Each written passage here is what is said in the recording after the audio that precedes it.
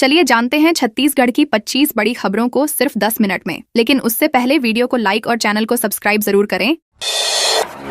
बिलासपुर में घर में लगी भीषण आग। बिलासपुर के तिकरापारा स्थित मूर्ति गली में 17 नवंबर की रात अचानक एक घर में भयंकर आग लग गई। देखते ही देखते लपटें पूरे मकान में फैल गई और मौजूद लोग जान बचाकर बाहर निकल गए। आग में घर का फर्नीचर और अन्य सामान पूरी तरह जलकर राख हो गया। दमकल की 2 बड़ी गाड़ियों ने मौके पर पहुंचकर 1.5 घंटे की मशक्कत के बाद आग पर काबू पाया। आग लगने का कारण अभी स्पष्ट नहीं है। घटना सिटी कोतवाली थाना क्षेत्र की है और पुलिस मामले की जाँच कर रही है।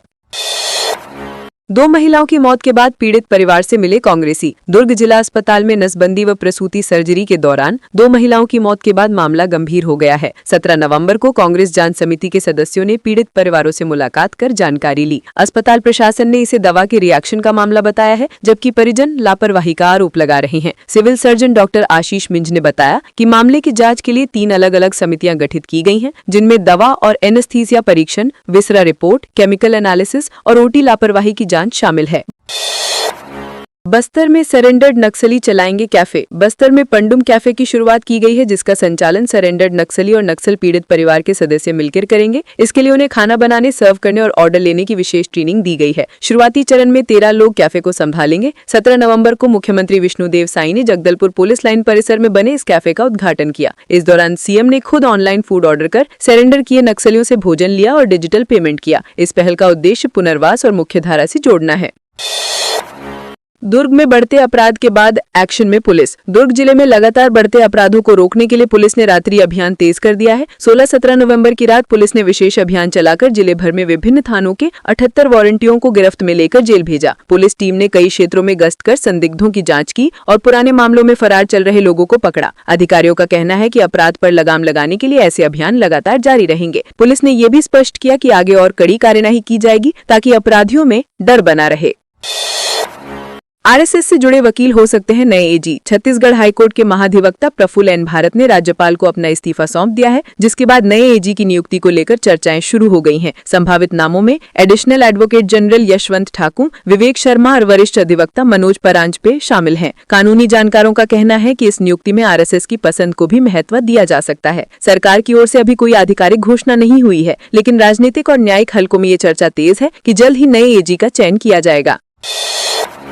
स्वदेशी मेले में वॉइस ऑफ बिलासपुर जूनियर का हुआ आयोजन। बिलासपुर साइंस कॉलेज मैदान में आयोजित स्वदेशी मेले में सोमवार शाम वॉइस ऑफ बिलासपुर जूनियर कार्यक्रम हुआ, जिसमें 5 से 15 वर्ष के 40 से अधिक बच्चों ने अपनी गायन प्रतिभा का शानदार प्रदर्शन किया। इसी साथ व्यंजन प्रतियोगिता भी आयोजित हुई, जिसमें उड़द दाल से बने मीठे और नमकीन व्यंजन आकर्षण का केंद्र रहे। निर्णायक मंडल में अर्पिता मुखर्जी, डॉक्टर तोपराज सिंह और अन्य सदस्य शामिल थे। मूक बधिर बच्चों ने भी छेने की मिठाई, बड़ा और लड्डू बनाकर अपनी कला दिखाई। आयोजन को सफल बनाने में अनेक स्वयं सेवकों का महत्वपूर्ण योगदान रहा।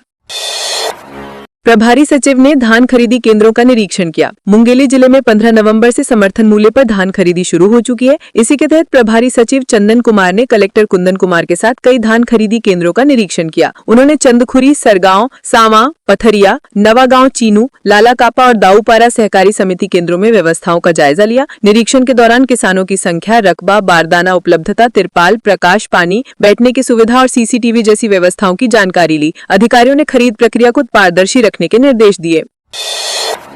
जिलेवासियों ने पदयात्रा से दिया एकता का संदेश। सूरजपुर में सरदार वल्लभ भाई पटेल की 150वीं जयंती पर यूनिटी मार्च का आयोजन किया गया, जिसमें जिलेवासियों ने पदयात्रा कर राष्ट्रीय एकता का संदेश दिया। यात्रा मां समलेश्वरी महामाया मंदिर, केनापारा से शुरू होकर विश्रामपुर बस स्टैंड तक निकाली गई। कार्यक्रम में मंत्री लक्ष्मी राजवाड़े, सांसद चिंतामणि महाराज, जनप्रतिनिधि, नागरिक और बड़ी संख्या में विद्यार्थी शामिल हुए। पूरे मार्ग में भारत माता की जय, सरदार पटेल अमर रहे और वंदे मातरम के नारे लगाए गए। ढोल मंजीरों के धुन के बीच ये मार्च संपन्न हुआ, जो राष्ट्रीय एकता को समर्पित रहा।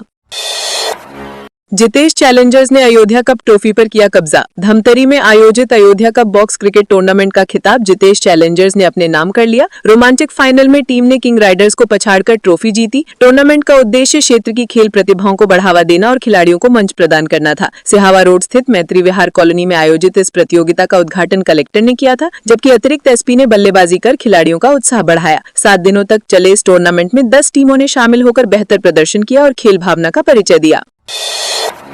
रतनपुर भैरव मंदिर में 9 दिवसीय रुद्र महायज्ञ हुआ संपन्न। बिलासपुर के रतनपुर स्थित भैरव बाबा मंदिर में आयोजित 9 दिवसीय रुद्र महायज्ञ का सोमवार को विधि विधान के साथ समापन हुआ। महायज्ञ में प्रदेश के विभिन्न जिलों से हजारों श्रद्धालु पहुंचे और अनुष्ठानों में शामिल हुए। यज्ञ की पूर्णाहुति पर 56 भोग अर्पित किए गए तथा शिव सहस्त्र अर्चन भी संपन्न हुआ। आयोजन में स्थानीय विद्वानों के साथ ही झांसी और जबलपुर से आए पंडितों ने भी महत्वपूर्ण भूमिका निभाई। बीच राह लोगों को हथियार दिखाकर डराने वाला गिरफ्तार। दुर्ग जिले के भिलाई में सार्वजनिक स्थान पर चाकू लहराकर लोगों को डराने वाले युवक को पुलिस ने रविवार शाम गश्त के दौरान गिरफ्तार कर लिया। घटना पुरानी भिलाई थाना क्षेत्र की है, जहां आरोपी नहर पार फैक्ट्री रोड के पास राहगीरों को भयभीत कर रहा था। प्रतिबंधित हथियारों के उपयोग और लगातार बढ़ते अपराधों को देखते हुए पुलिस विशेष चेकिंग अभियान चला रही है। सूचना मिलते ही पेट्रोलिंग टीम मौके पर पहुंची और आरोपी को दबोच लिया। पुलिस ने उसके खिलाफ आर्म्स एक्ट सहित संबंधित धाराओं में मामला दर्ज कर आगे की कार्रवाई शुरू कर दी है। दुर्ग में 30 साइकिल चोरी करने वाले आरोपी पकड़ाए। दुर्ग जिले में साइकिल चोरी की बढ़ती वारदातों को गंभीरता से लेते हुए नेवई थाना पुलिस ने 2 शातिर चोरों को गिरफ्तार कर 30 चोरी की साइकिलें बरामद की हैं। गिरफ्तार आरोपी अजय विश्वकर्मा उर्फ जैर और डोमन यादव कई महीनों से नेवई सहित आसपास के क्षेत्रों में घूम कर साइकिलें चुरा रहे थे। पुलिस ने उन्हें न्यायिक रिमांड पर भेज दिया है। आरोपियों ने पूछताछ में बताया कि वे चोरी की साइकिलें कम कीमत पर बेच देते थे। पुलिस अब इनसे जुड़े अन्य साथियों की तलाश कर रही है और पूरे नेटवर्क की जाँच कर रही है। दुष्कर्म का आरोपी हथकड़ी सहित फरार। जांजगीर चांपा जिले में दुष्कर्म के मामले में 3 साल से फरार आरोपी महावीर कमर पुलिस को चकमा देकर हथकड़ी सहित फरार हो गया। रविवार को पुलिस उसे गिरफ्तार कर न्यायालय में प्रस्तुत कर रही थी, तभी वे मौका पाकर भाग निकला। मामले में लापरवाही बरतने पर 3 आरक्षकों को निलंबित कर दिया गया है। पुलिस का कहना है कि फरार आरोपियों की गिरफ्तारी के लिए विशेष अभियान चलाया जा रहा था। इसी दौरान अकलतरा पुलिस ने महावीर को पकड़ा था। अब उसके पुनः गिरफ्तारी के लिए टीम गठित कर विभिन्न संभावित ठिकानों पर दबिश दी जा रही है। बाइक चोर गिरोह का मास्टरमाइंड पकड़ा गया। कोरबा पुलिस ने मोटरसाइकिल चोरी करने वाले बड़े गिरोह का भंडाफोड़ करते हुए 6 आरोपियों को गिरफ्तार कर 14 चोरी की बाइक जब्त की है। गिरोह का मास्टरमाइंड चोरी की मोटरसाइकिल बेचकर मिले पैसे से महंगे कपड़े खरीदता और लड़कियों से फोन पर बातचीत कर स्वयं को अमीर बताता था। उसके मोबाइल में अधिकांश नंबर लड़कियों के ही मिले हैं। आरोपी सीटीएल के रोलर चोरी मामले में भी शामिल पाया गया। पुलिस ने पूरे नेटवर्क की जाँच शुरू कर दी है और आरोपियों के खिलाफ विभिन्न धाराओं में मामला दर्ज कर आगे की कार्रवाई जारी है।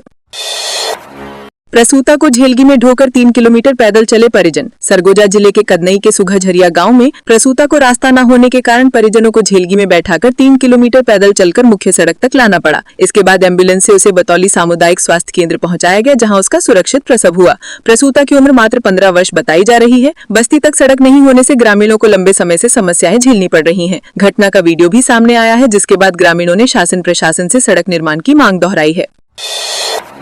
मेडिकल कॉलेजों में 3 साल बाद होगी सीधी भर्ती। छत्तीसगढ़ लोक सेवा आयोग ने राज्य के 10 सरकारी मेडिकल कॉलेजों में 125 असिस्टेंट प्रोफेसरों की भर्ती के लिए अधिसूचना जारी की है। आवेदन प्रक्रिया 25 नवंबर से शुरू होगी। ये जून 2022 के बाद होने वाली पहली नियमित भर्ती है। प्रदेश में कुल 332 पद खाली हैं, लेकिन भर्ती केवल 125 पदों पर हो रही है, जो आधे से भी कम है। भर्ती क्लिनिकल, नॉन क्लिनिकल और सुपर स्पेशलिटी सहित 35 विभागों में की जाएगी। लंबे समय से रिक्त पदों के कारण मेडिकल कॉलेजों में शिक्षकों की कमी महसूस की जा रही थी।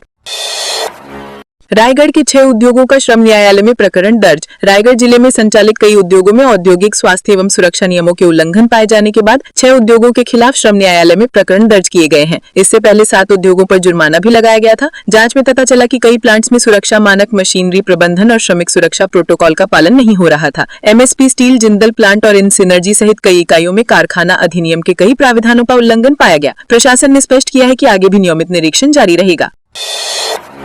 दिसंबर में सीएम हाउस का घेराव करेगी कांग्रेस। बढ़ते बिजली बिलों को लेकर छत्तीसगढ़ कांग्रेस ने दिसंबर के दूसरे सप्ताह में मुख्यमंत्री निवास घेराव करने की घोषणा की है। प्रदेश कांग्रेस अध्यक्ष दीपक बैज ने कहा कि सरकार ने 400 यूनिट तक बिजली बिल हाफ योजना बंद कर दी है और 2 साल में 4 बार बिजली दरें बढ़ाई गई, जिससे आम जनता पर भार बढ़ा है। उन्होंने कहा कि कोयले पर से सेस हटने के बाद बिजली सस्ती होनी चाहिए थी, लेकिन सरकार ने दरें कम नहीं की। कांग्रेस ने चेतावनी दी कि यदि बिजली दरों में राहत नहीं मिली तो आंदोलन तेज किया जाएगा।